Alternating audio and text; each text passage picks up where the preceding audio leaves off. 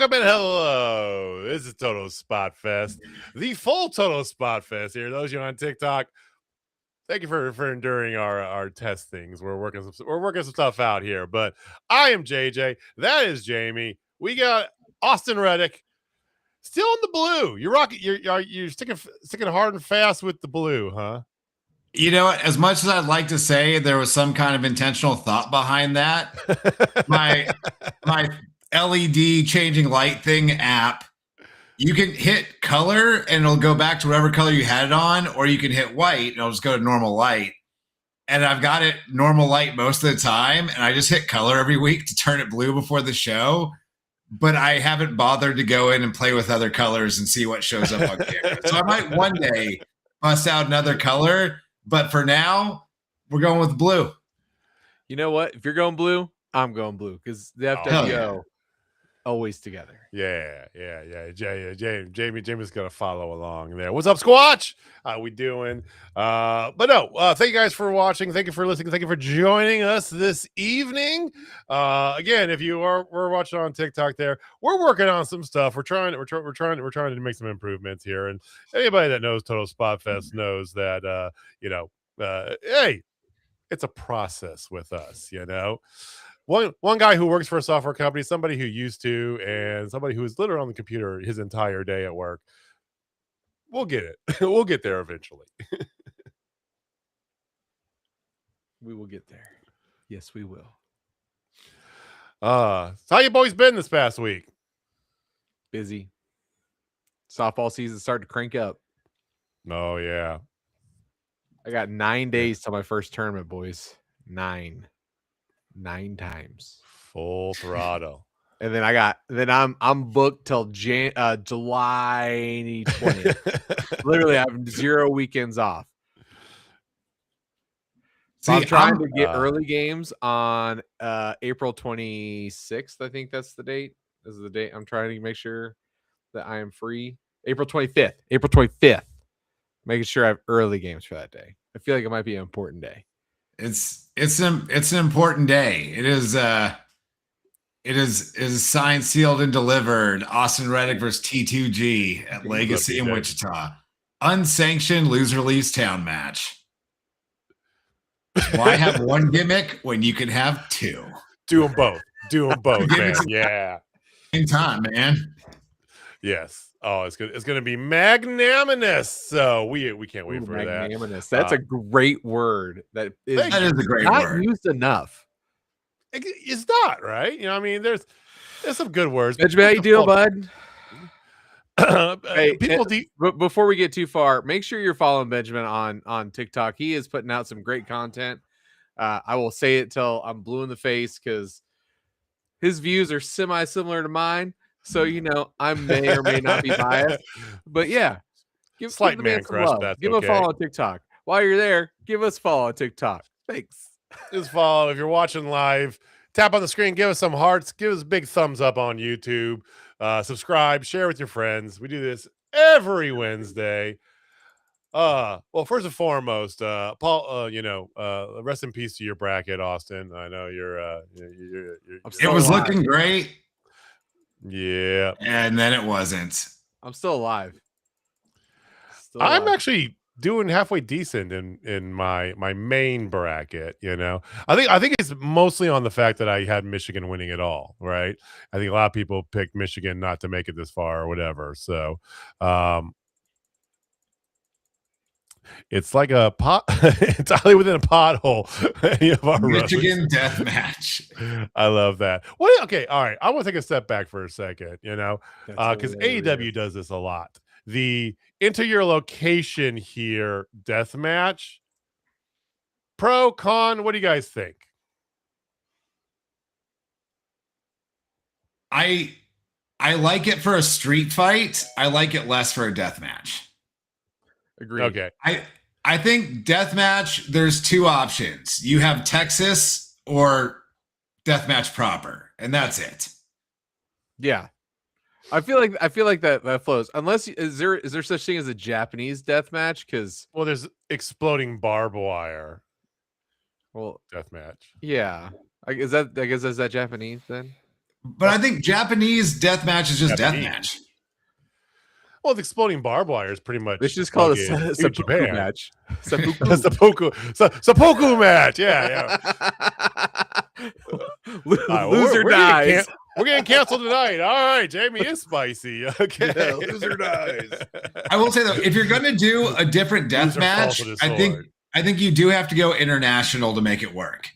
You can give me a Japanese death match. If you told me something was a Mexican death match, like that sounds interesting, you can state for a death match. Yeah, I still feel like some countries might be off limits, though, right? Some Germanic countries potentially, or some counters in Africa where there have been some bad things happening because those countries were run by warlords, or still are. I'm gonna side with Squatch on this. I think that if you give it, like, I know it's a joke there, but I think that idea there where it's like so ingrained in your local culture sort of thing, right? I say you can go. I mean, it'd be rad to have like a Hungarian death match. That sounds awesome. I told you, man, international works. A Tibetan one, like that's what Tony Storm kept doing. She wanted to, do the Muay Thai. The Taipei, or the Taipei. Yeah, Taipei. I guess it'd be a Taiwanese. So Punjabi prison match then is it's all time great.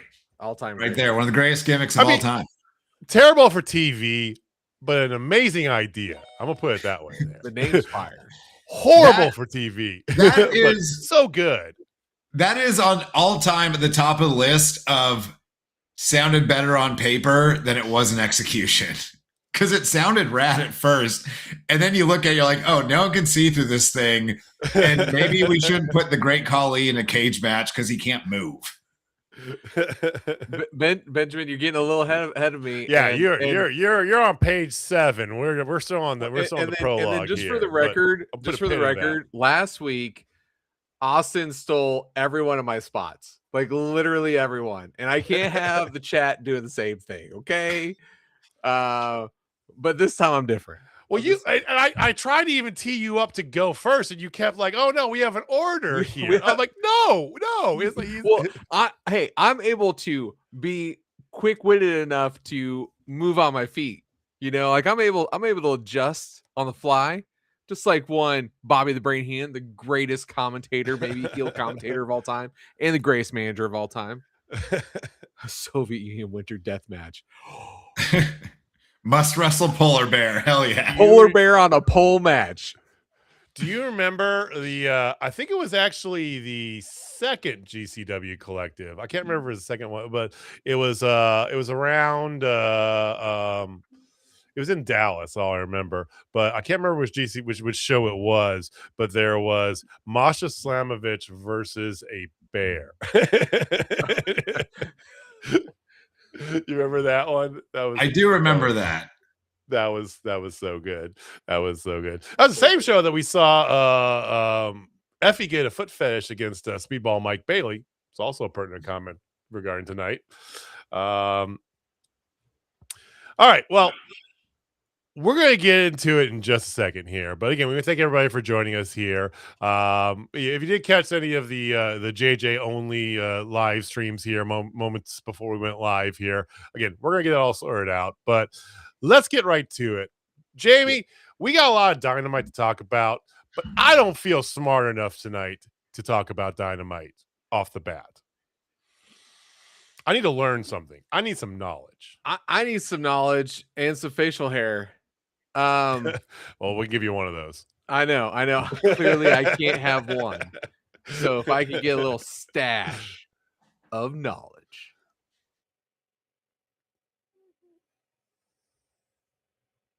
Sometimes I use this platform. Hold that thought there. We're doing this live, good people. There we go. Oh, we're back. There we go. So sometimes we're resurrected like the Undertaker.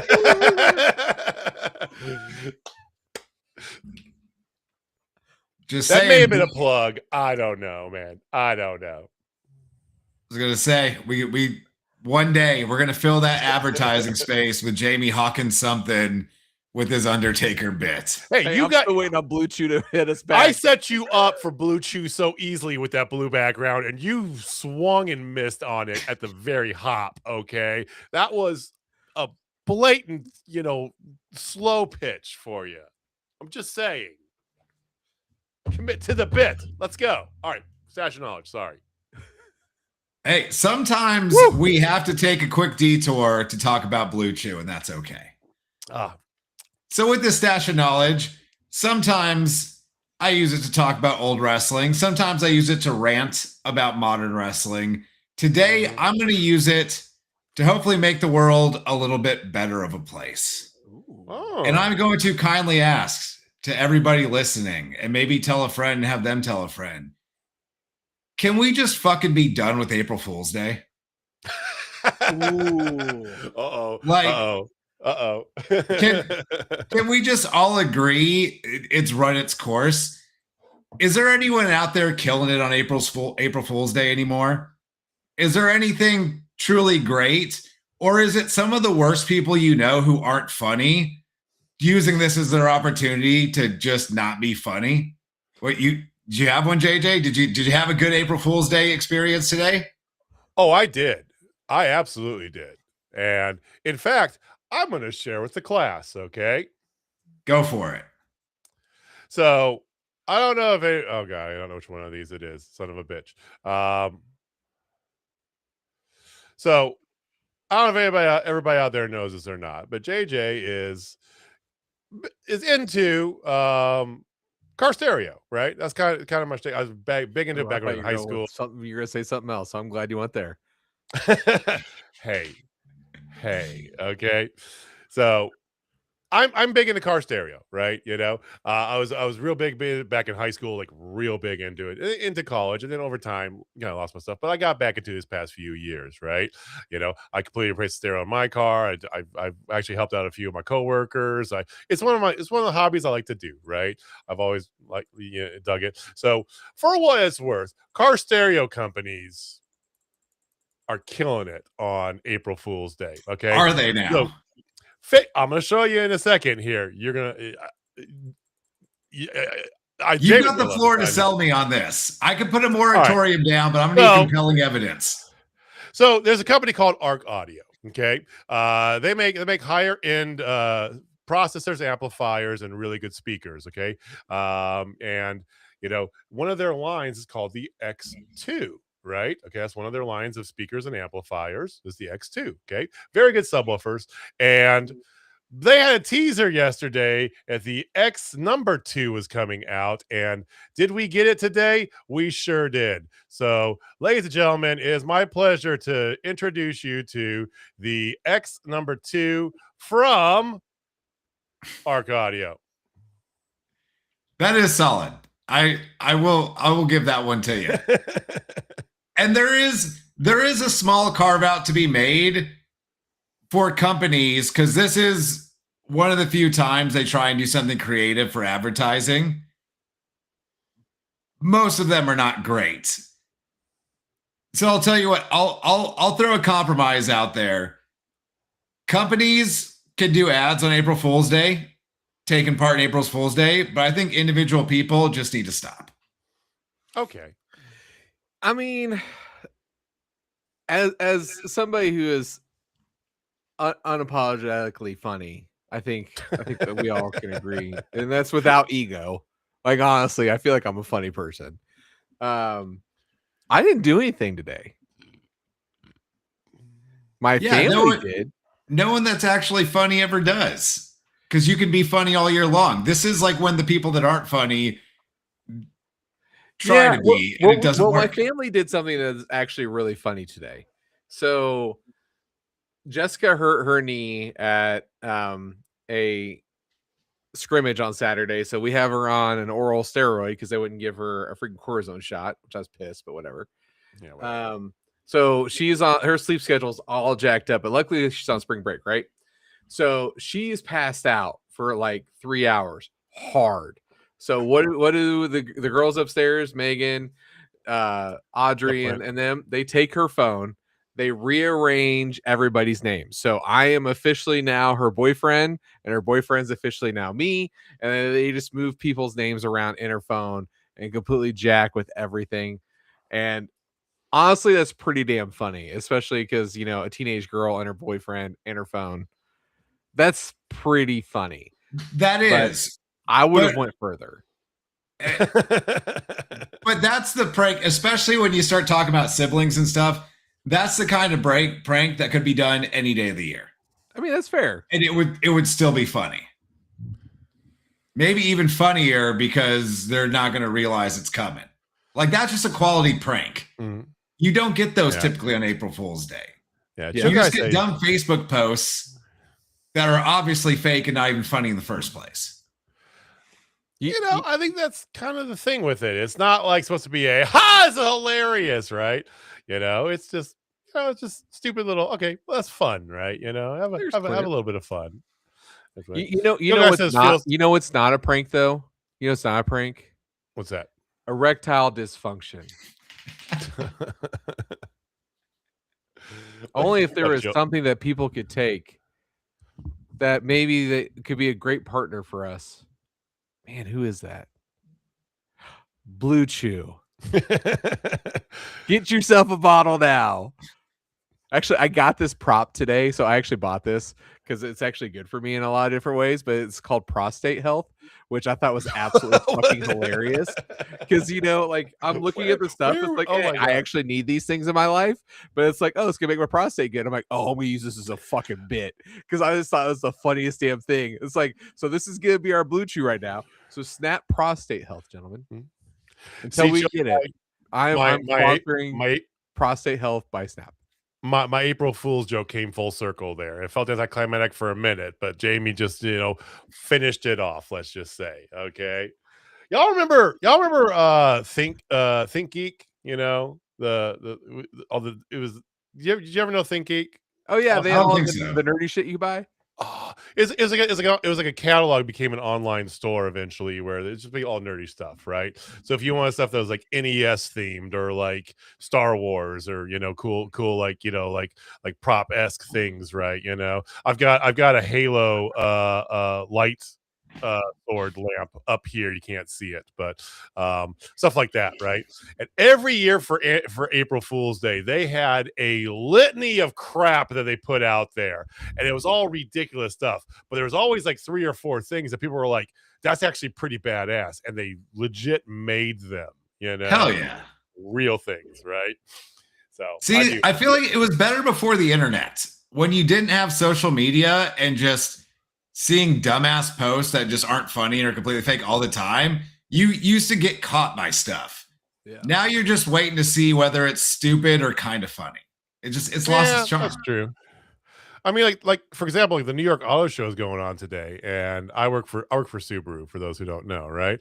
And couple like last week they said that they're our internal like message board said they're going to be an announcement April 1st about the next hybrid that they're coming out with, and literally 3 of my coworkers were like, April Fools, it's April Fools. It's like they're on their internal company message board telling every employee at every Subaru dealership in America that they're going to pull a prank on them in a week, the day before the largest auto show in America starts. Like, how jaded are you boys? Seriously. I mean, Subaru doesn't even have a hybrid. I do. Do they finally have one? Like, it took them for effing ever. Yeah. They're last year, the game, though. Yeah, last year they came out with a Crosstrek. This year they have the Forester, and they just announced today the Forester Wilderness hybrid is going to come out into the year. 2026. How long have hybrids been out? That's right. Since I was in the fucking car business I know. 2001 through 2009. How many hybrids does Chevrolet sell? Too damn many. Yeah. Actually, no, they have EVs. 0. Sorry, they went full EV. But they got rid of them, didn't they? No, they still got the Blazer, right? Blazer EV? They got the Blazer and the Equinox. All right. We're getting off topic here. They got the Equinox and anyway. All right. Touche. Thank you for the knowledge there, Austin. So today's moral of the story, let April Fools die or not. But not your libido. I'm gonna All right. I'm gonna work it in. So Just when they watch and they just watch like 5 minutes, no matter what, gentlemen, we gotta work All it right. in. So they will have no choice but to become a sponsor of our show. All right. And I would Well, have it sitting right here the let's- entire time. Blue I Chew. mean, right next to Look at I am their father would be a perfect place for it too. You know, I mean, that's just yeah, product you placement. want Let's to know a reason why I need Blue Chew? go. All right. Dynamite. Let's get to Dynamite. Speaking of Blue Chew, hey, Chris Jericho's back. Please say April Fools. That's a segue. For a hot minute, because they were going to open the show with the contract signing, right? I was like, this has got to be one of those, because he's done this all the time, right? It's got to be one of those MJF April Fool's swerves, right? You know, out comes the firework, the little premature fireworks. Blue Chew could fix that. And then out comes MJF. But nope. Chris Jericho is back. With his entire promo after he yammed up the crowd three times. Winnipeg and AEW, I'm home. Who is excited for Chris Jericho in the year of our Lord 2026 in AEW? So when he first when he first came out, growing the hair out was a good choice. He looks like he's in better shape. Yes, he does. I didn't dismiss it immediately. Wasn't thrilled when the music started playing, but I was like, all right, Chris Jericho, maybe some time off was good. At the end of the day, it is Chris Jericho. We know what he's capable of or has been in the past. I figured I'm gonna reserve judgment. And that lasted about 5 minutes until his entire segment, interrupting what was supposed to be the contract signing, which they never really kind of addressed why that just happened instead, was literally him just hyping up the crowd and then just saying, I'm home, and then leaving. Does not instill hope in me that this is going to be a good Chris Jericho run. Is there a good Chris Jericho run, Jamie? Left. The Jericho-holic in me really hopes you're wrong. The realist in me knows you're 100% right. I am a Jericho-holic, day one Jericho-holic. I think he's right there. He's literally right there. Yeah. Like, he is the owner of my favorite move of all time. He is one of the best on the mic of all time. And now he's Hulk Hogan brother in us a little bit, man. You know what I mean? Like, literally, they're getting ready to do a contract signing for the heavyweight championship, and then you one-up it by having Chris Jericho come out. That is a very Hogan thing to do.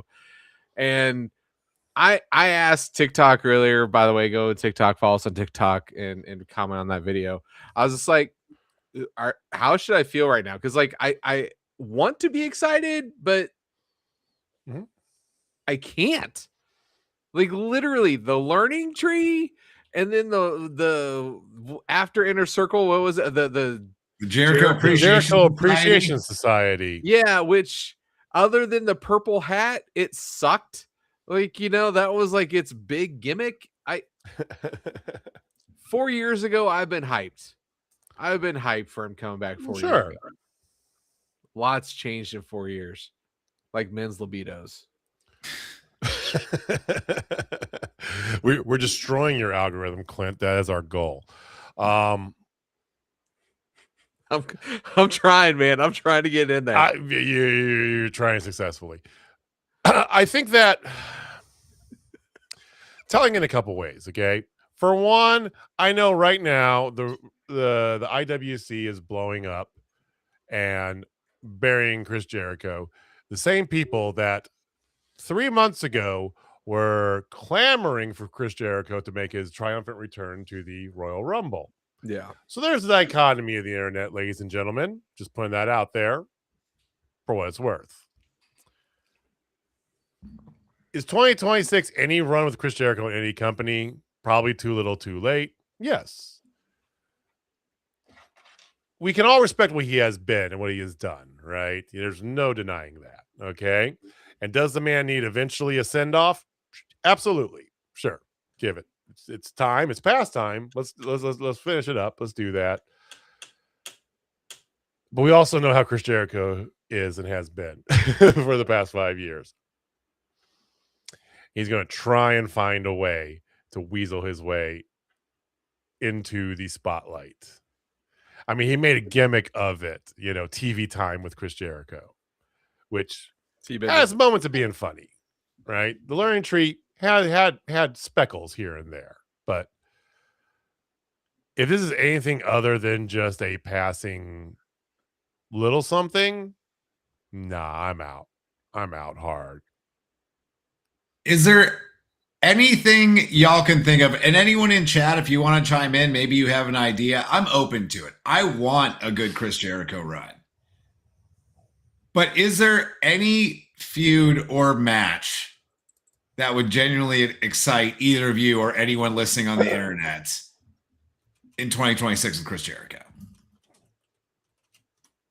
I have one idea, but Jamie, you want to go? Well, on TikTok, I'm just a chill guy. Put Jericho as general manager. My man, I was saying that a year ago. 100% on board. Ago, dude. That's what I was actually going to say. That was my one idea. And Joe Guy, love you, man. You're spot on. That's it. Do that. Just have him do creative, be the manager, be in the background, help with stories, because he is creative. He has one of the best minds. He just right now he's literally like, that doesn't work for me, brother. Like, that's what he's doing right now. I mean, you can still be. I mean, look what they're doing in WWE. They got that. They've done that for a longest time. It's an on-screen role that's part of creative. And Clint said Edge versus Jericho. God, no, this is 2026. Come on. It wasn't even good when they did it at WrestleMania 26, which was 15 years ago. That's true. That was the real weird one, because wasn't that they were tagging the year before? Edge tears his Achilles, he comes back, wins the Rumble, and then Jericho just beats him at Mania anyway, if I remember correctly. Yeah, because that didn't work for him, brother. well, regardless, Jericho is home, and we shall wait in the wings to see what happens. Unlike Will Ospreay, who's not waiting for anything, he's getting his hands. Really quick before we move on to Ospreay, I thought of something. I want to know y'all's thoughts on this. Okay. Chris Jericho is a special guest ref for Kenny Omega and MJF at Dynasty. Please, God, no. Please, no. I don't hate that. I think it actually works, because Jericho's had heat with both of them. Storyline. I know, and that's why I don't want it. I don't hate it. I think if you want him to be in the orbit, let him be in the orbit, but never actually be a part of it. That's the best way to do it. Because then you have a feud afterwards with one of them. I think somehow that actually makes Omega versus MJF more interesting to me. Because it's really boring right now.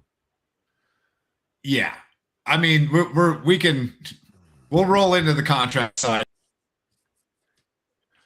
Well, let's just roll right into it. We'll come back to before long. Ospreay was beating up Moxley, and then got in fights with the Death Riders. He's going to face Pac later. So then we go straight into the contract signing. Okay,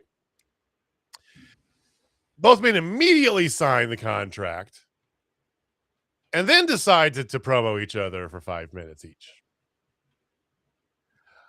Call me crazy. I would have loved to see sign, and then just like, screw you. I'll see you in 2 weeks, and then MJF leaves, right? Let's just, because that never has happened in wrestling. And we make jokes about this, Jamie, all the time. What if it was just that? Literally come out, contract sign, go straight into the triple threat match. But no, we get here Canada versus USA banter, defended by Speedball Mike Bailey, who challenges MJF to a match, who he accepts later on behalf of America.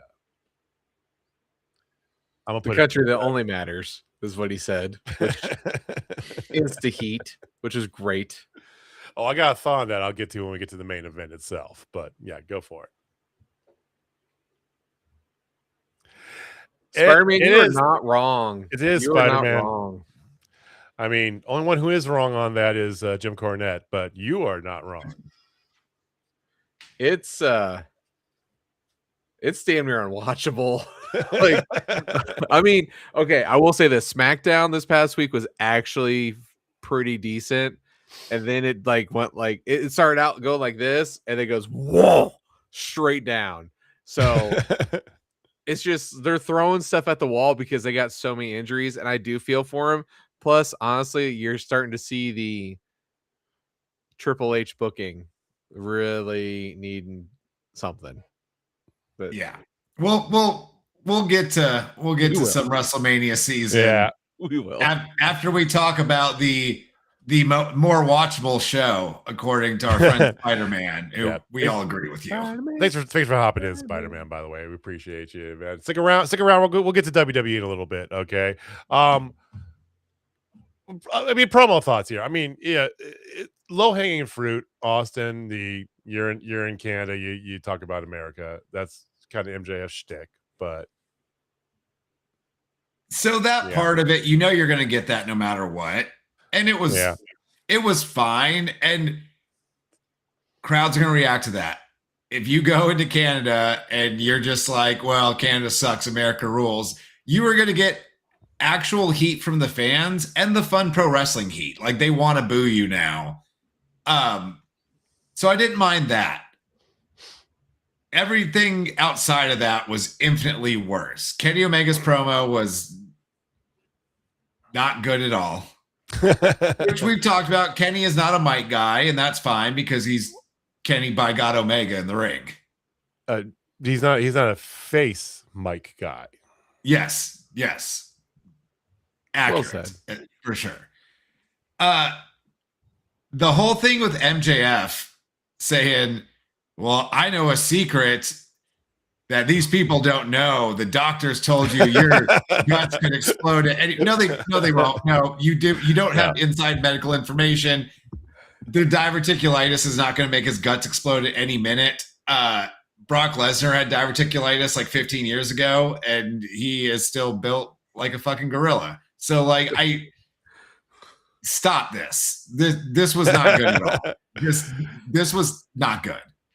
I did enjoy Omega's like, well, I talked to your doctors too, because who cares about HIPAA laws? Like, I loved how he just went right there. That was a great quip. He's got little zingers, Jamie, that he can get in there, but the overall package is just it's not a complete. That overall package was lacking, but you know what could have made it better? Some prostate health by Snap. Get yours on Amazon or anywhere else. Jamie wants to get a pill sponsorship of whatever it takes. Any of them. Live your dreams, man. Just follow your dreams. Hey, you know what? If it pays for us to be able to get TikTok comments on here, then I'm doing it. I'm for it. Hell yeah. All right.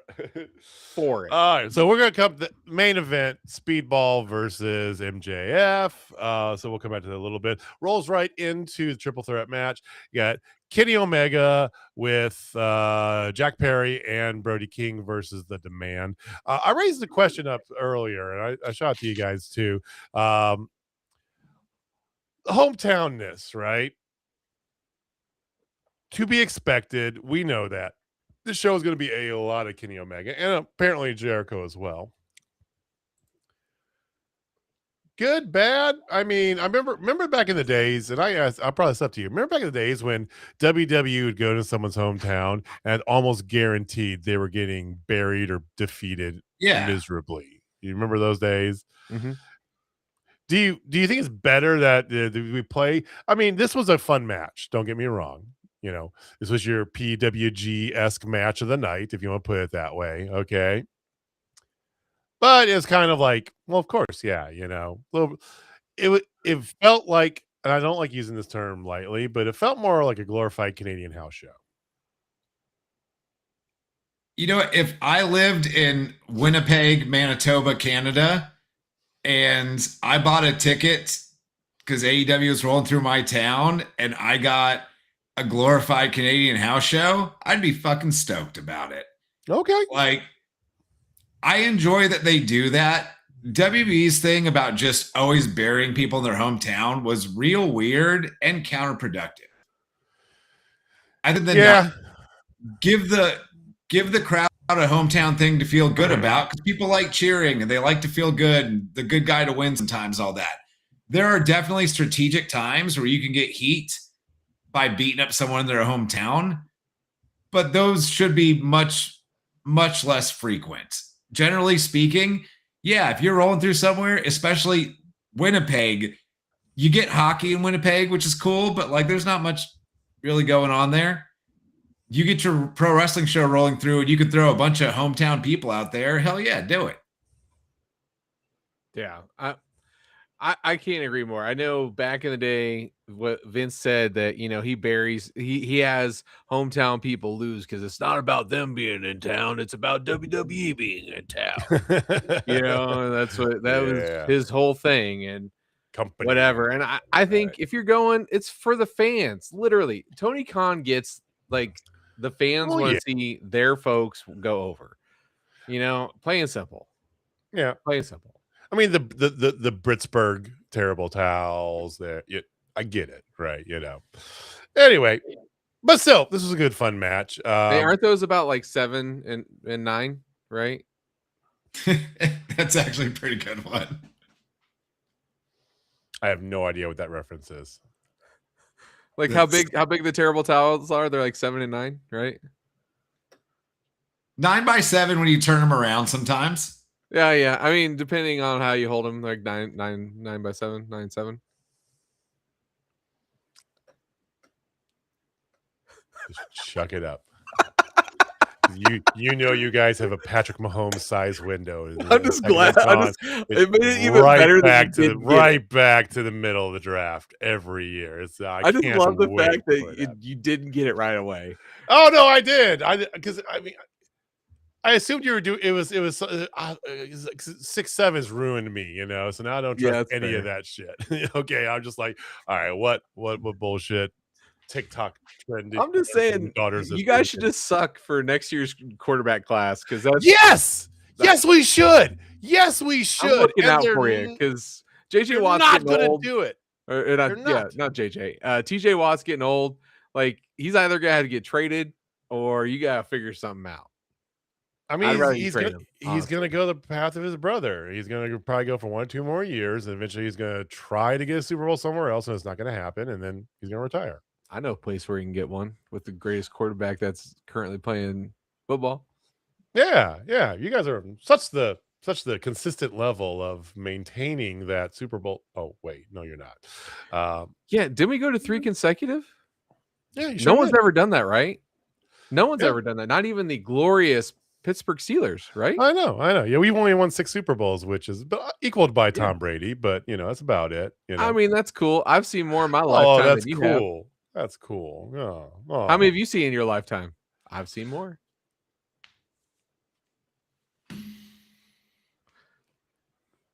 Been 2 or 1? You're not. You won't win this because I'll find. Been two. We've equaled. All right. Here's also like, shut the fuck up. I know. Yep. Don't worry. Hey, we were alive when your team won a Super Bowl. You know what? Super Bowls are one thing, but no franchise has thrown out something as cool as the Super Bowl shuffle ever, and the Bears will always have that. That is accurate, which has been parodied so many times. Like my favorite parody of it is the League, hands down. The parody of the League is the best of the Super Bowl shuffles. Yeah. Period.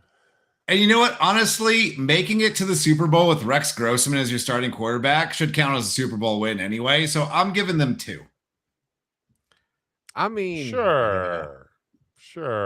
Ravens Yeah. got with Trent Dilfer, so Yeah, I mean, They can take an extra one. That's fine. okay, regardless here. Oh, Will Nightingale, quick little promo, open challenge for TBS, by the way, because of some basketball action happening. Collision's on tomorrow night. So there's that. And Collision tomorrow looks dope. Like the card's solid. Man.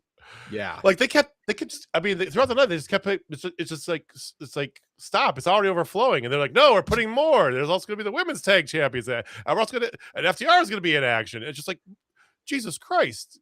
Like Everybody's going to be like, AEW and TNA are going head to head. Ooh, that's the. Oh, is TNA still on AMC? Is that still happening? For now. I have no idea. Just fold it into NXT. Get it over with. Pull the fucking Band-Aid off. Who's watching? Like, Not this guy. I don't know. I'm the resident TNA fanboy of the three of us. And I'm not. I won't watch. I don't watch it, and because it's just NXT extended it anymore. You know, I'm going to play tomorrow, so I gotta record. I'm a little upset with how good this card is. I mean, this card's baller. By the way, Adam Copeland and Christian Cage are here, and they're here to beat up FTR and whoever's in their way, which could potentially include Renee Paquette. That's because one of them's a big asshole, and I felt every minute of him.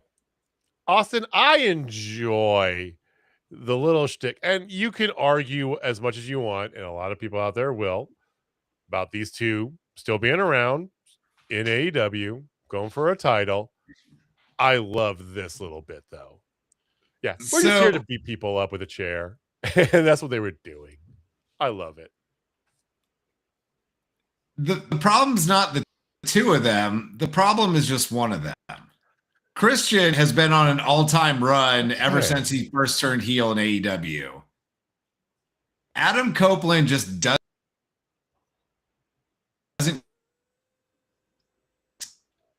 cheesy and lame. Like Christian stuff was hilarious because it always is. I'm still looking for, like, I still want to see them and the Bucks eventually.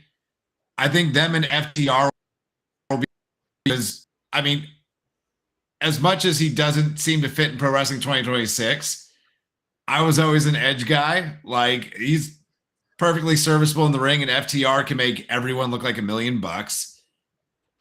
Right. I just want more out of Christian and less out of Adam Copeland in these segments, preferably. I guess is a good way to put it. I hear you. Can't agree more. All right. Well, what we can give you more of is Prostate Health by Snap. Jesus Christ. We can give you more awesome wrestling, and we're rolling in this. We're going right into Pac-Will Ospreay. In my eyeballs, yes, please. Let's go to town.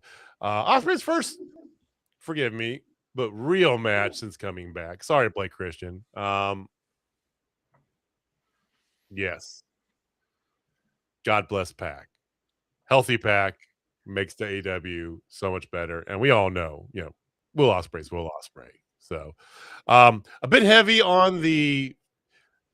We're going to focus every goddamn thing on Ospreay's neck at times, but still a fun match.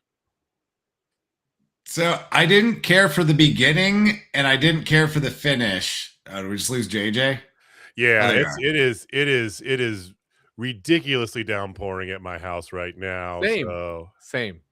So if out there on the internet, if we blip or there's a little internet connection, because we're getting like torrential downpours for the next several hours. So bear with us. We'll be right back if it happens. Sorry. When you disappear, do we all disappear? No. Since you're running the show? Or do we still stay live? I have no idea. Well, I think if he goes down, then I would have to bring it up real quick. If I lose power at my house, I think that, yes, the stream will go off because I'm streaming it through my internet connection. Then like a second ago, a second ago, your like visual just disappeared. Like when that happens, I think our are stream we might still- have I think our stream might have froze for a second. I have Okay. TikTok on my phone, so it never cut Yeah, off. mine kind of did a weird thing on TikTok. Okay, so maybe it does freeze when JJ disappears. Yeah. Either way. Okay, we're gonna get into it. Somebody type in Back to- chat too, because chat's gone. I don't know what happened with that. But like, are we live right now? Yeah, That's absolutely. still there. Okay, I still got chat. Okay, well, just go. We're just gonna F it. Let's go. We don't here. We just keep rolling. Yeah, why is there always severe weather when we stream? It seems like one of us always in. Always. Yes, JJ is confused. Thank you, Jamie. See, it All works. I was just making sure everybody knew. All right, go. Just go. So I didn't care for the beginning or the finish on this, but I loved everything in between. Okay, that's fine. I think in 2026, much like April Fool's Day, it's time to move on from this guy got beat up beforehand. Can he go on? Like we just had, going back to TNA really quick, in their main event at the pay-per-view over the weekend, Steve Macklin got concussed 3 minutes in and they stopped the match. Like that has been a thing where fans are now aware that they are stopping things for anything serious. So when you do the fake, oh, he just brainbusted him on the ramp and the doctor's out there for 5 minutes checking on his neck, like, you know, it's not real. And I don't think you get bought into it. So I would have liked it without that. And then the finish, I would have liked to see Ospreay win a little bit more definitively here instead of just a quick roll up.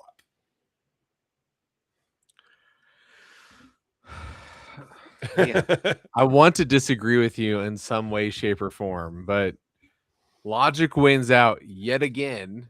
No, I think this match was fine. I think, of course, when somebody comes back from injury, they're going to be doing this every single match. Focus on the injury point like they always do. It's going to get really old really quick like it did in this match. Like within 3 minutes of it, I'm like, okay, do something else now after he got in there. It's the I just saw your comment. It's the same thing like when Kenny Omega came back. Everybody and their mother knew what he had gone through the past like 8 months, right? We didn't have to hear that he lost 2 feet of his intestine and he's focused on he's getting punched in the gut every 3. Same thing here, right? I mean, to a man, AEW's whole thing has been he's been rebuilt, right? That was the whole video promo, the whole, you know. Basically like Wolverine. Like they even invoke the most repairable character in all of comic books. Yeah. And likened him to Will Ospreay. The X-ray with the titanium, it's like this man is better than new, right?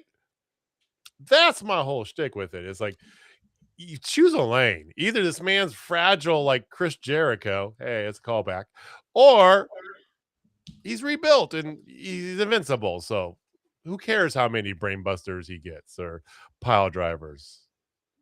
Meh. But the match, I enjoyed the match. Of course I would. The match itself was everything you'd expect out of Will Ospreay and Pac. Like they're never going to disappoint. Absolutely. It was long lasting and it was very, very, very energetic. Did it give you extra vigor in a certain space? And you know what? My wife liked it too. Well, you're just hamming for any of them, right? Hey, y'all, you got a men's health product you want to shill? Holla at your boys. Let's go. All right. Hey, people in chat, if you like this version of this gimmick I'm rocking, like just let me know because it's popping me. That's kind of what matters right now for me. And if y'all don't like it, I'll stop. No, I'm gonna give you some inside baseball. He won't stop. It doesn't matter. Well, no, if the masses say this is dumb, if they absolutely say they hate it, you will. But if everyone's just going, yeah, whatever, it's not gonna stop. If they're laughing with me, then it's worth it. All right. Out comes the Death Riders one by one after they slowly beat him up, and then Jon Moxley does the whole "I'm sparing you" bit, right? You know, which fine, unnecessary, but I do kind of like it. Do you? I know all of us at some point, but you two especially over the past like 2 months have been hell bent about the whole Mox again beating out of the head Death Riders thing. Is this the opening, do you think? The fact that he's preventing them from moving forward? Because it doesn't feel like, I feel like Death Riders are just doing their own thing in their own world where they're kind of in between a little bit face and heel. I don't know. Yeah, I think at this point, if you still think Mox is getting jumped out of the Death Riders sometime soon, I'd like to introduce you to a story about a gentleman named Charlie Brown in a football. Because like it's just very good, very nice.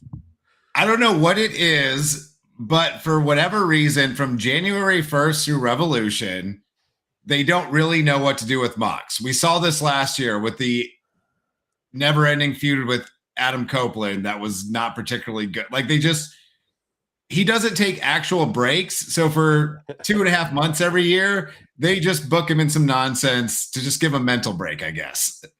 But yeah, I guess the Death Riders are full on heels now. I did actually really enjoy this. I like Mox. It seemed like a very Mox character thing to do, to be like, I could just break your neck again right now, but I'm not going to. Maybe you should learn a lesson from it. Like that's some like comic book villain boss shit, and I appreciate that. My goodness. Yeah. Again, I don't know how I can do anything with that one. That was just perfect. Man, you actually got me tongue tied on this one because, yeah, I agree. He's rudderless. That's probably the best way to put it. Like they just throw him out there because he's the best worker they got because he can have a great match with anybody he wants. And yeah, they're like, storyline. Who needs a storyline? Like here, we'll just throw Mox out there. He's like, okay, yeah, that's where we are right now. I mean, I don't know. I mean, I wouldn't say rudderless necessarily. I mean, he is a champion, right? I feel like in a way the Ospreay reintroduction of this does give him a little more focus, right? It's back to that original message that it's about bettering wrestling, kind of like that what the Blackpool Combat Club was initially founded on, right? Doesn't matter who you are, we're here to just kick ass and take names, sort of thing, right? I feel like it's back to more of that message. I think that they had gotten a little bit with his popularity and the ultra heelness you were still trying to do with the rest of them. I thought that got a little disjointed. So I feel like this like levels them up a little bit better is my opinion. Because I like that message. And like we always had said, that was like, this is actually what it should have been. I think we've all said this too. Take out the world title and the briefcase bullshit. They're here to better the wrestling in their own light, right? It's kind of like a right to censor or what was Vincent's group, the righteous, they're on their own quest of sorts, right, for what they believe. And I feel like that's got them back to focusing on that as opposed to rudderless bullshit. Did y'all catch it was explicitly said on the show that Mox and Ospreay is for the Continental Championship? I did. I still don't believe it. I'm sticking to that. I'm dying on that hill until that. It was real weird that the graphic didn't have it on there. I think it was Excalibur that said it. And my first thought was like, did he just slip up because Mox is the champ? And like, that's what seems obvious. But yeah, I did catch it. They said apparently it is actually for the title for now. There's going to be a step to this match, and then that's going to make it not for the title. If it is for the title, that means they are just giving Ospreay a title. Because there's no way in hell he's walking out with the L. He's not walking out with the L. It defeats the whole purpose of this match. Like this title is not important to Ospreay in this context. Like the title, and I know you hate the idea of a champion fighting in a match on a pay-per-view that's not for the title, Austin. I know you do. But story-wise, the title is irrelevant for this particular match. 100%. And I will die on that hill. And I mean, they still have one more Dynamite to give us a story reason why it's not. Because if not, Ospreay's walking out with it. Absolutely. All right. Women's match of the night, triple threat, Triangle of Madness versus Mina Shirakawa and the Brawling Birds. I believe Nigel called them the Brawling Lovebirds. Oh yeah, because all of them together. Yeah. Yes. And can we all just also just like glow in the fact that Nigel McGuinness was on commentary and he needs to be on the main he needs to be on the main team all the time. Plain and simple. I don't think he does. Only because I really like them rotating him, Taz, and Bryan Danielson. I like the mixture. I like the change around. I like them putting Ian Riccaboni into this a little bit too, right? I'd rather have Ian Riccaboni than Excalibur. Excalibur. That's not a hot take. That's just stone cold fact. I know. We know your feelings on Excalibur. I get it. I don't mind Excalibur. Like, I thought the announcer wearing a mask gimmick was kind of strange for a while, but I don't see him enough to remember it. I think he's perfectly fine as a play-by-play guy. He's the Triple H of play-by-play guys. No, I'm just kidding. Oh, Jesus Christ. I'm just kind of hoping your wife's an earshot. Stop it. I've liked Excalibur since his ROH days when I first saw him really on there, right? And the mask gimmick is just a carryover from his old wrestling character. He's that committed to the bit. He's been wearing a mask since he's basically been in wrestling. Yeah, I mean, I get it. I dig it. It's just not for me. But like, right. Yeah, as a play-by-play guy, I think he does everything you could want him to do. I don't think the play-by-play guy is supposed to be super flashy or memorable. He just kind of drives the show along. Yep. Unless your name's Morrow. Yeah. Man, I miss Morrow. I know. I did not get Morrow. Like, just loved Morrow. Okay, so Squatch, like, he's okay. You don't get the hate. I don't hate him. I just think there's better options, right?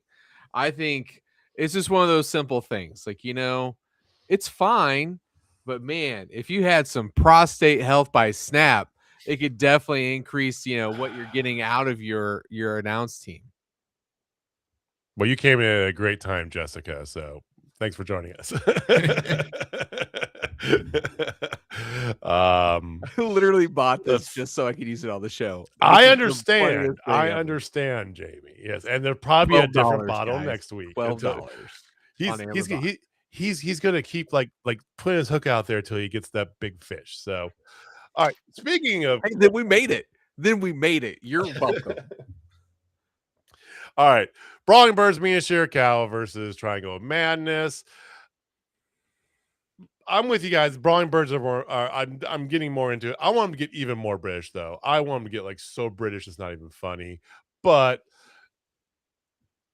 yeah, this was a good showcase of them, and it's never a bad idea to have Tekla on your TV. Is it just me, or does it seem like Alex Windsor and Jamie Hayter don't have a ton of chemistry together? Like when they do their run sandwich clotheslines, they never seem to hit at the same time. When they do the heart attack, it always seems a little bit off. And they're both phenomenal workers on their own. It just seems like, for whatever reason, they're always like half a step off from each other in the ring. Could just be me. God. I don't know. I think that they're just a bit off, Jamie. Like, I don't think that's a bad chemistry. I feel like they're just like a hair off of each other when they're wrestling. When they're promoing too, it feels like they're like just slightly like off, right? Like they obviously pair well together, I feel like. But it's kind of like it's like you're making chicken marsala and you're like you don't got enough saffron in there, so it's just like the sauce and it's just not quite lining up. It's close, but it's not quite there. I feel like that. Oh, do we lose him again? Yep. There he is. He got silenced by Big Pasta. Yeah. That's why they call me Big Pasta. Sorry. Marsala is a sauce, not a pasta. Pasta is an optional member of that dish. Like, sir. you just teed Okay? me up to like do a Blue Chew reference, but I'm not going to this time. Shocking. Like that's the easiest tee up I've had all night to easily do this. But no. I think that I love their presentation. I love that they're trying to make him into something, but it's just not clicking. You know? Right, it's just like boop. It's like, okay, so all of us have made food, yeah, and like have you ever made anything that like an Alfredo sauce? Every now and then Alfredo sauce, if you don't do it right, it can separate. Like, have you ever had separate? Yeah. It's kind of right there. It's starting to separate because it's like you did it wrong a little bit. Like, to your point, like if we're talking food, I'm fucking in. I was gonna say, you're just copying my analogy here, bro. What are you doing? But I'm using Alfredo. Okay. You want something different? So I'm going more Indian. You're sticking in more into Italy. Okay, fine, whatever. All right. Yeah. But I'm just saying, like, they oil and no, water. you're right. Yeah. It's close. But it's like dressing. But you need a good shake up. Yeah, that's what I'm saying. It's close, but it's just like off a little, and tea and strumpets. I mean, they could have gone so many different. I think we talked about this when they first formed. I think we spent like 20 minutes giving them alternate name suggestions, if I'm not mistaken. That sounds about right. Great ones. You're not wrong. That's a good one. All of us came up with better ones than what they had.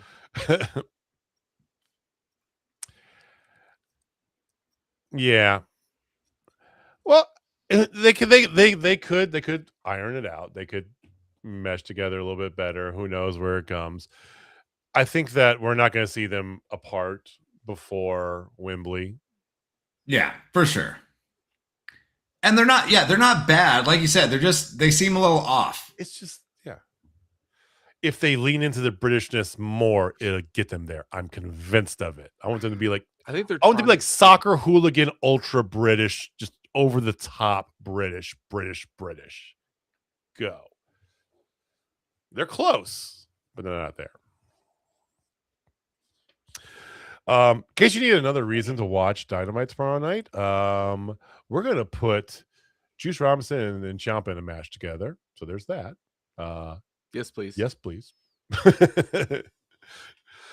Right. And then Jamie's favorite part of the evening, the Darby Allin segment. And Austin's even he's calling it together there. Out comes Darby Allin, unannounced, uninvited, and just focusing on MJF in giving his best effort to do a promo, talking about how he doesn't even have to be the one. He just doesn't need Max. He loves the company so much that he just wants Max to not have the title. Just digging into the fact that Max is the only pillar that actually made it to and stayed in the top of the card. And out comes Don Callis' family, who lets him know that MJF has paid them a lot of money and they're going to give him a shot to be the number one contender against MJF's chosen representative from the Don Callis family. Shocker. It's a less than excited Andrade. So we get Andrade versus Darby Allin at the pay-per-view. Who's excited for that match? I'm excited for Andrade. I'm always excited for Andrade, but in a Darby Allin match? I have like a 25% confidence this will be one of those ones like Darby and Ospreay where he's in there with someone that can really go and they actually have a solid wrestling match and not just your normal Darby match. But that's only a 25% confidence. That seems high. Yeah. Squatch, you are spot on, by the way. Spot on. You know, Joe. Oh, no. See, it was you this time. It was me this time. It was definitely you this time. You blipped out. I did. Because I want to talk to you guys about something very serious. This match is just going to be flaccid. It's not going to have everything that we need for it to be exciting. And we all know Andrade, you know, he likes taking selfies with those women on the side, and you just need a little pick me up. And I think we all know that this match could definitely use Blue Chew. The thing is, Squatch, Andrade is gonna wreck the holy hell out of him for at least 90% of that match. That doesn't guarantee he's gonna win. Yes, he even does. Yeah, Here it goes. yeah, I know. I'm making this whole show. I had it planned out. Has it gotten old yet, guys? No. We need to get you committed to the bit shirt. I don't know. I'm excited to see Andrade wrestle, but we all know what they're doing with this, and it's not good. So there's that. You got a bunch of faces come out to help save him, and they do a stare down. And here comes Kenny Omega because they're in Winnipeg, and Kenny goes on the commentary, which leads us into our main event. Okay, and probably the biggest misstep that AEW could have made in the evening, they made. Okay, out comes MJF, his full like American champion regalia, right? You know, and you get the drop down flag of him, the whole thing, right? Got the stars and eagles on his tights. And when he took his jacket off, there should have been the USA hockey jersey on his back. They're in Winnipeg. And literally, not even 2 months ago, America beat Canada for the gold medal for the first time ever. He should have came out Freebird too. The easiest heat you could have had, having wear a Jack Hughes USA hockey jersey. Hughes, yeah.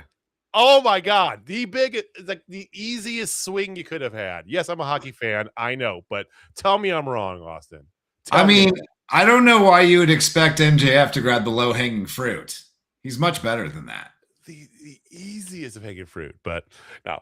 And then out comes Speedball Mike Bailey in Captain Canada outfit. So, you know, which I thought was a good counterpoint, you know, and I enjoyed this match a lot more than I thought it would. And I know MJF can go when need to, right? Speedball, we all know his stuff. Surprise living piss out of me, though. He won clean, Jamie. With a heat seeker, of course. That's how much Jamie hates the heat seeker. You mention it, he just disappears. He's just is he frozen again? His video's gone. Yeah. Jamie hated so much he disconnected his internet. All right. While we wait for him to come back, your thoughts on the match there, Austin? I thought the match was really good. I do not understand why MJF won clean. Like, it's not a compelling bad guy when. Welcome back, Jamie. Sorry, guys. My computer needed to take some prostate health. I don't know if you had enough internet to hear it, but literally the second JJ mentioned MJF won with the heat seeker, you literally just Irish goodbye the podcast. I mean, it was great. It was meant to be, gentlemen. It was meant to be. Worst damn move of all time. I was teasing you for years on this, but I'm agreeing with Austin on this. It's actually a good move. It's a rope assisted spring pile driver, and pile drivers have long been finishing maneuvers, right, Jamie? Yeah, but that's not a finisher with the ropes, dude. It's not even anything special with the ropes. He doesn't have them pulled out or anything. He just has them bent over. It's not like Randy Orton's DDT, like where he pulls them out and their feet are hanging. That shit looks cool. This looks just dumb. Hold on here. let me teach you some science about the heat seeker. Okay. So regular pile driver. Hold on. We're getting double knowledge tonight, boys. Knowledge. The professor has shown up because I got to explain to you why this works. a regular pile driver. Heat seeker makes him bad. You pick them up. Their head is about 18 inches off the ground, and you drop straight down, which straight down top of your head, that still could be devastating. But the only momentum you have is gravity. With the heat seeker, MJF uses the ropes to push himself up higher, and in a pendulum style fashion picks up extra momentum, driving their dome into the canvas. That's why it's more devastating than a regular pile driver. And thank you for coming to my TED Talk. So can I ask you, hold on. Can I ask you a question? If you just put their head between your legs in the middle of the ring, and you fall down, are they supposed to go down with you?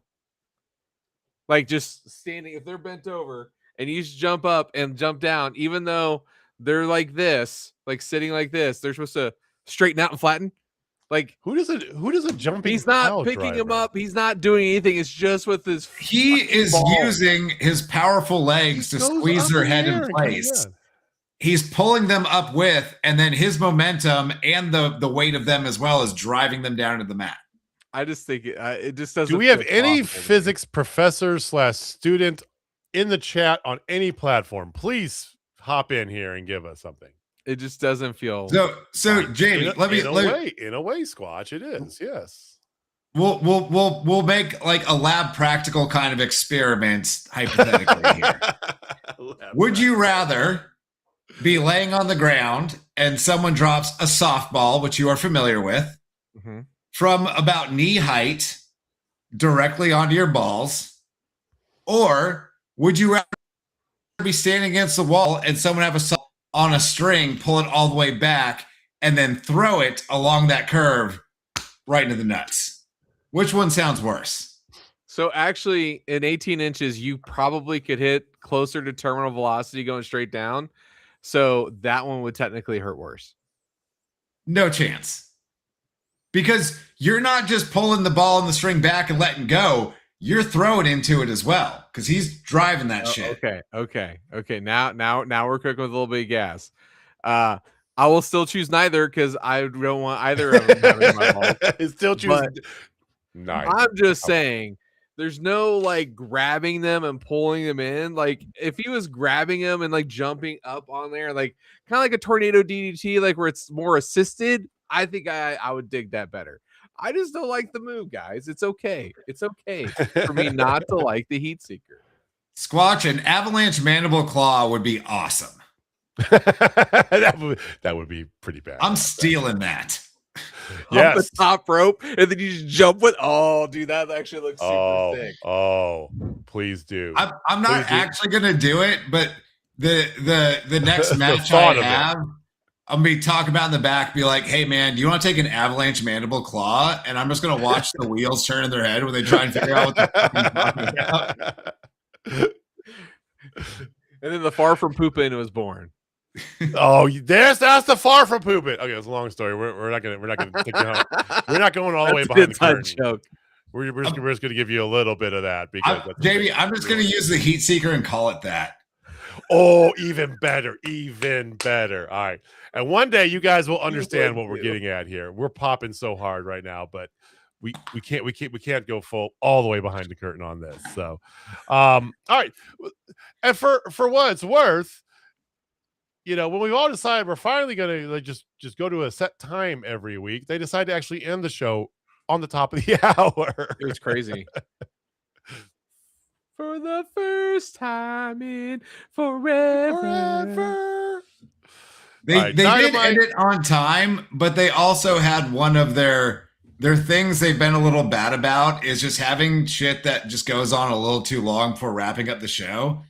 Because they did the whole checking on Speedball and commentary didn't really know what to say. And then they got the music playing, the arm raised. They're like, okay, now we're out. Bye, everybody. There was like a real awkward 45 second. Yeah, I mean, they do that sometimes. So we got one more Dynamite left before we get to Dynasty. Okay, so next week got Go Home. They add some more stuff to the card here. Card shaping up to be pretty solid. We'll go over it in greater detail next week as we get to it. But that's not all the wrestling there is, ladies and gentlemen, because it is still sign pointing season.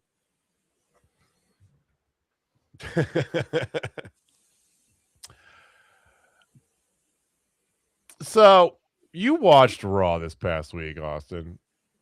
Unfortunately. Why do you do this to yourself? Because it's still legally pro wrestling, I guess. And like, I want to know what's going on. I also like largely don't have anything else to watch on a Monday night. I have the benefit of working from home. So like I watch shows and shit throughout the day while I'm working. And so Monday night, I'm usually sitting here at my PC playing video games, and I just have Raw up on my other monitor. Because if I'm gonna talk about WWE, I don't want to be one of these people. And this happens for people that bitch about both companies, but don't actually watch the show and just shit on it all the time. If I'm gonna shit on WWE, I know what I'm getting into. You want your reasoning for it. Yeah. And again, sometimes they'll throw some pretty rad shit out there. It's few and far between. Sometimes you get what we got on Monday night, which was the exact same thing 5 times throughout the night, which was, oh, these guys are fighting at WrestleMania. Now they're just fighting after this match. Every single match had a run-in or interference of some kind. There was a street fight for the tag team championships. The Vision beat the Usos. And it's important to know that this was a street fight because Logan Paul went to pull out his brass knuckles and LA Knight from the commentary table decided, well, he can't do that, even though it was a fucking street fight and that is legal. That's kind of what we're dealing with. The most egregious part, though, was the Brock and Oba Femi segment, which, again, WrestleMania match, I'm hyped for. I want to see this. They did the big build-up. Oba comes out. Brock's in the ring. He calls out Oba. Adam Pearce comes out with security saying, we're not doing this now. Oba trucks security. Oba trucks Adam Pearce. Takes his sweet-ass time getting the ring. We got the stare down. And then because Triple H wants to be Dana White so fucking bad, he has to do the slide in and get in between them. We're not doing this here. We're not doing this here, which completely killed the crowd. And the segment just kind of ended there. That was terrible. Also, Stephanie McMahon showed up to tell Cody Rhodes he can't beat this Randy Orton because he doesn't understand this Randy Orton because reasons. And then she told him he wasn't his father. He told her, you're also not your father. And then Stephanie McMahon slapped him because it's in her contract. She gets to slap every top guy without ever getting any payback for it. And that's your World Universal Undisputed title program going into Mania. It was not good. That's why she's headlining the Hall of Fame. Although the rest of the Hall of Fame got even better as well. There's always that little nugget that keeps me coming back thinking maybe they'll do something good. And it was this. Bad News Brown is going into the Hall of Fame. Hell yeah. Well deserved. It should have been a long time ago. Take Stephanie McMahon out of the equation. Is this the best class of the Hall of Fame they've had in probably a decade, maybe? Maybe ever. Other than Stephanie McMahon, yeah. I think that kind of taints it just a tad. A little bit. But even with that, you still got Bad News Brown now, Sid Vicious, Psycho Sid, whatever you want to call him. Sid, okay? Psycho Sid. AJ Styles, well, a little soon, but whatever, right? Demolition. I mean, bro. And even like the Stephanie one, like I get it.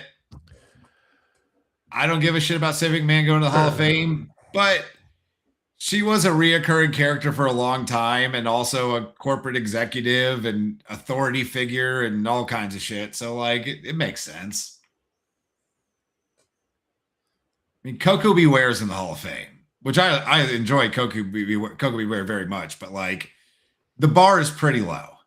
Right. Yeah, I mean, I'm a Coco guy, but I don't know. Watch is on fucking fire tonight.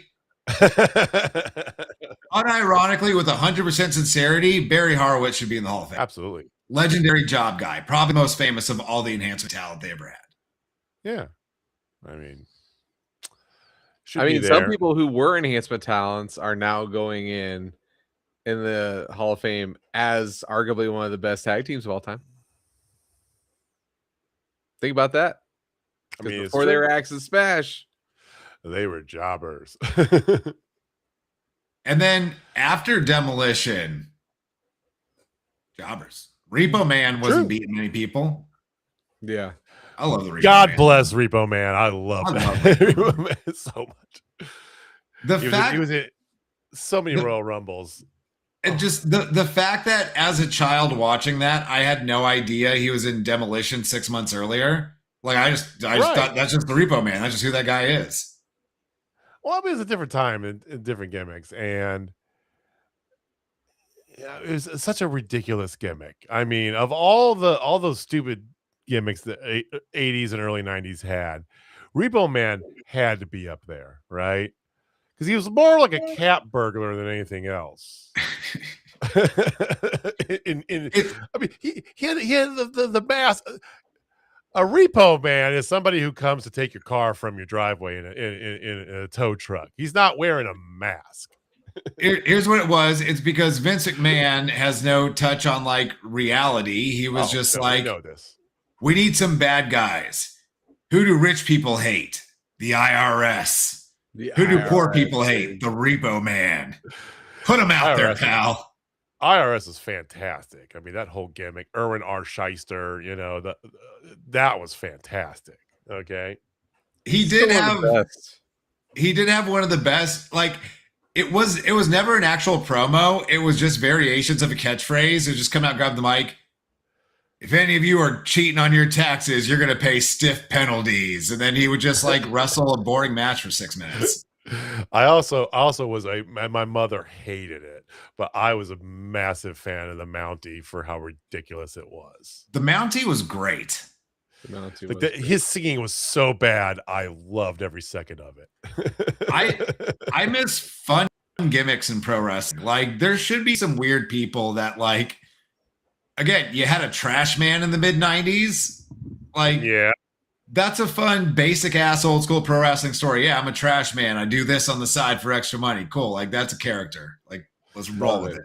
Like I know the War Raiders have lived the whole Viking lifestyle, whatever, but the Berserker, that was a Viking right there, man. He literally looked like he was out of like the stock Dungeons and Dragons book of the Viking. He said one word. He tried to stab people with his sword in the middle of the ring. Yeah, the Warlord. The Warlord was awesome. We don't even know what he was a warlord of. He was just a warlord. Yeah. Wow. God, no, we're going down memory lane right now, boy. I mean, we go way back. We go like Killer Bees way back if you guys want. Killer Bees, yeah. Killer Bees. They don't do gimmicks anymore, which is unfortunate. Yeah. Bring back gimmick wrestling. That's all I gotta say. It wouldn't fly like it would then. Do what? That's what TNA needs to do. TNA just needs be a show full of gimmicks. I'd watch. I would too. I'm gonna watch AEW for the best wrestling. I'm gonna watch WWE because I hate myself apparently, but I want gimmick wrestling on TV. Give you some. You gotta get a reward back for it, right? You're watching the good stuff. You gotta watch stuff you kind of have to just because sort of stuff. Maybe where's the reward for that? We gotta have a counterbalance. Okay. All right. Well, WrestleMania is on the horizon. Dynasty is coming up very soon here. So we'll be back next week. We got more. It's to go home show. So join us if it's your first time here hopping in. We appreciate you guys watching us, whether you're on YouTube or on TikTok. Hit that subscribe button, hit the like, hit the follow, give us a big thumbs up wherever you're at. Share with your friends. We do this every Wednesday at about 10 o'clock Central Standard Time. Join us next week, same bad time, same bad channel. Thank you for coming. Jamie, take us home, man. All right, ladies and gentlemen, if you're not down to Spotfest, I got 6 words for you. Brought to you by Blue Chew. Thanks for coming. We'll see you guys next week. Peace. Later.